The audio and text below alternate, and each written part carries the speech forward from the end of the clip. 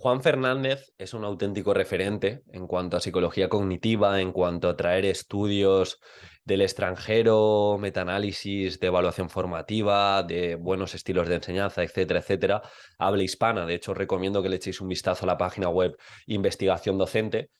Y lo que quiero decir, bueno, aparte tiene el libro de evaluación formativa, que conjuntamente con Mariana Morales hicieron un libro de referencia. De hecho, ya sabéis que tenéis aquí en el canal tanto la entrevista a Mariana Morales como la entrevista a Juan Fernández, os la recomiendo. Pero vengo a contextualizar, de hecho, el título del podcast se llama El peligro de no contextualizar, que bien hilado. Vengo a contextualizar una frase, o más bien una cita, que compartió el otro día Juan Fernández en Twitter, que decía: resulta llamativo la poca atención que se presta en general a los conocimientos previos de los alumnos. Numerosos estudiosos, por ejemplo, Ausubel, en 1968, argumentan que el factor más importante para el aprendizaje es aquello que el que aprende ya sabe. Y esto es muy importante. ¿Y para qué es importante de cara a la oposición? Te puedes preguntar. Bueno, de cara a la docencia y a la vida real, ya sabes que tremendamente importante, porque nosotros, aunque seamos muy buenos comunicadores, si vamos a intentar dar clase a nuestro alumnado, una masterclass sobre ingeniería aeronáutica avanzada, aunque sea la mejor clase, tecnicismos, útil para el día a día, si nuestro alumnado no tiene ningún tipo de base de conocimientos previos, no va a poder conectar ni siquiera 15-20 segundos.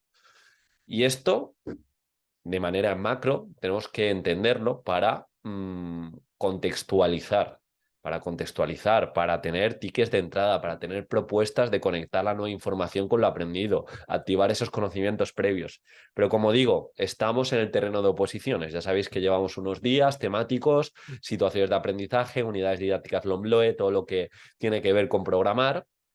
También de cara a la presentación de mi último curso, exposición y creación de la unidad didáctica. Y lo que vengo a decir es que en el desarrollo curricular LOMLOE, en el desarrollo curricular no únicamente LOMLOE, sino también LOMCE, pone mucho el foco en el contexto. Es decir, que aquello que se aprenda tenga su relevancia y su continuidad fuera del horario escolar, en la vida diaria de nuestro alumnado. Ahora bien, si nosotros queremos que nuestro alumnado aprenda, que al final es el objetivo de los docentes, también estaría bien dedicarle 15, 30, 45 segundos a su explicación dentro de nuestro discurso de la unidad didáctica. Me explico. Hay un apartado de contextualización clave en el que vamos a hablar de justificación, porque es importante la temática que voy a proponer.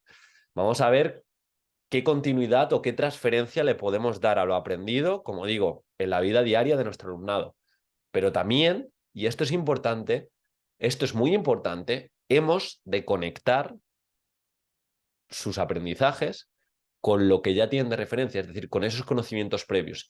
¿De qué manera en las primeras sesiones vamos a conectar la nueva información con los conocimientos previos? Y esto no queda aquí. ¿De qué manera, si nuestro producto final es una exposición oral, vamos a hacerle ver al tribunal que ya tienen una serie de saberes, una serie de contenidos trabajados en unidades didácticas anteriores? Y esto no lo va a hacer todo el mundo, porque va a haber en comunidades que solo, por vía 2, que solo tengan que presentar una unidad didáctica. Yo me centro en la unidad didáctica y el resto me da igual y lo temporalizo en una unidad didáctica del segundo trimestre. Pero ¿qué ha pasado antes? Y eso también nos lo puede preguntar el tribunal. ¿Qué ha pasado antes? ¿Cómo tu alumnado es capaz de, en 12 sesiones que has propuesto, presentar esta infografía de producto final y hacer una buena exposición de cara a otras clases? ¿Cómo es capaz? Pues tú tienes que hacerle ver que, aunque no hayas desarrollado esas unidades didácticas, tienen de base, a nivel de conjugación de verbos, a nivel de distintas formas de expresar, de trabajar introducciones, metáforas, figuras retóricas, y están más predispuestos y más trabajados para poder hacer ese producto. Y eso también va a ser una diferencia, porque va a haber el opositor de: yo he hecho una unidad didáctica espectacular, y en el momento que le digan, vale, pero esto que has hecho, esta situación de aprendizaje, ¿hacia dónde va? ¿Qué conocimientos previos o qué experiencias previas tiene tu alumnado frente a esa temática? Y eso es fundamental, partiendo de la cita que os he dicho de Juan Fernández.